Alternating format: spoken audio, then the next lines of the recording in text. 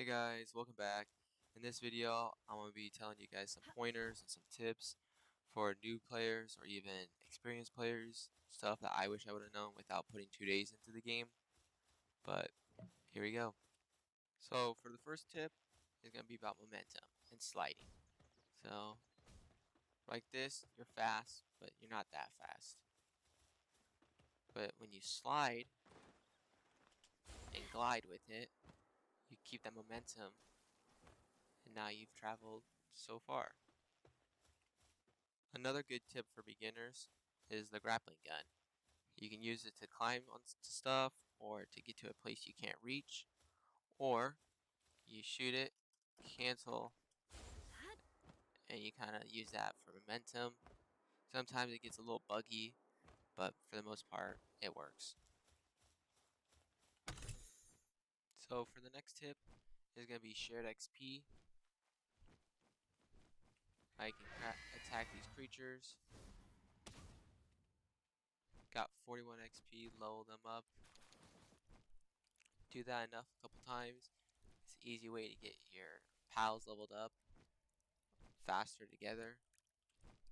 Another random beginner tip that I wish I would have focused on is when I first built my base, I solely built it out of wood, and the raids happen kind of quite often, especially with fire Pokemon or fire pals.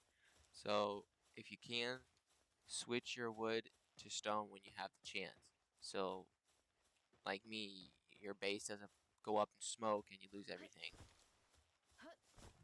Another tip for beginners is if you can't find PAL balls and you need them quickly, I would recommend using a Vixie and just setting up in your farm, and they'll just dig up balls for you, and you just go back every day, pick them up.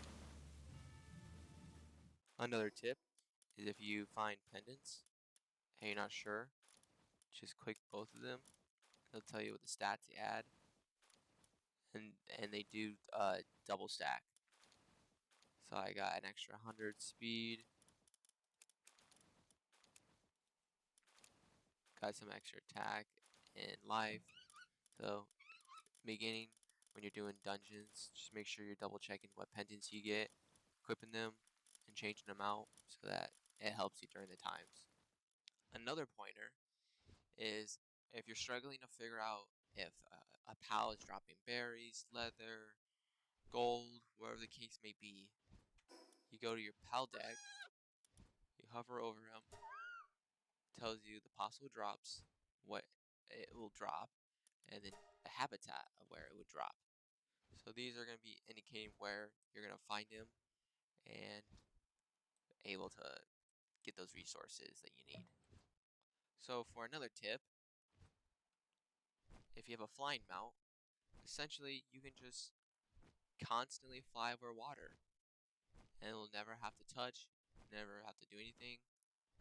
Yeah, you can argue that this movement speed is really bad, but you know, if you need to travel across the ocean and you don't want to die, this is one of your easiest ways to travel.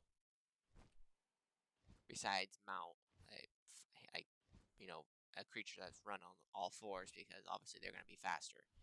The bird is usually good for moving around mountains, trying to get to higher tops, finding eggs, finding the lift monk effigies, you know. But it's a really good tip for beginners if you can't figure out how to travel across the land and you want to skip through the sea. With the bird mount, essentially, you can do it.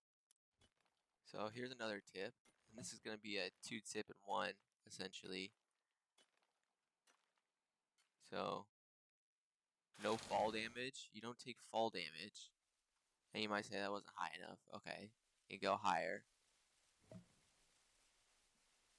But your pet doesn't take fall damage, at least on Game Pass. It doesn't take fall damage. And then, say you're on your pet and you jump, you can cancel out of the animation and use it to slide or glide. So for this tip, it's going to be a dungeon tip. Sometimes you enter a fight and you're not actually prepared. So I'm not going to be able to win this. I will be able to win this, but say I'm not going to be able to win this. You can leave the dungeon and exit without dying or losing anything, which is really nice. So you don't have to come back and grab all your stuff, which is tedious. So this tip is going to be about Gale Claw, and essentially it's a pal that you'll get, and you have to make a harness or saddle, or in this case it's going to be gloves. And it's such an easy way to maneuver around bosses if you're getting, hit or you're in a pickle or whatever the case may be. It's really a game changer. A really good tip is if you don't want to mine yourself, but you need resources and you already have an ore or one of the boars, you get one of the saddles, charge these rocks. He'll carry through his hit and hit more rocks, but this is a sure way to get resources quickly without having to mine.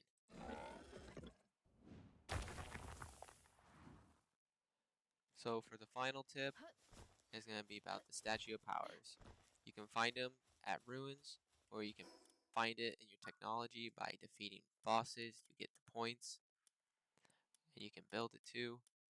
But essentially, the Statue of Power is to enhance your player stats or your pals. You can enhance their, max HP, attack, defense, work, or you can reset. And then the enhance is their capture rate. I put more into my capture rate because that's what I prefer, but it just depends on you. This is very important to the game and end game. Hopefully that helps. Hey guys, thank you for watching. If you got this far, I appreciate you watching.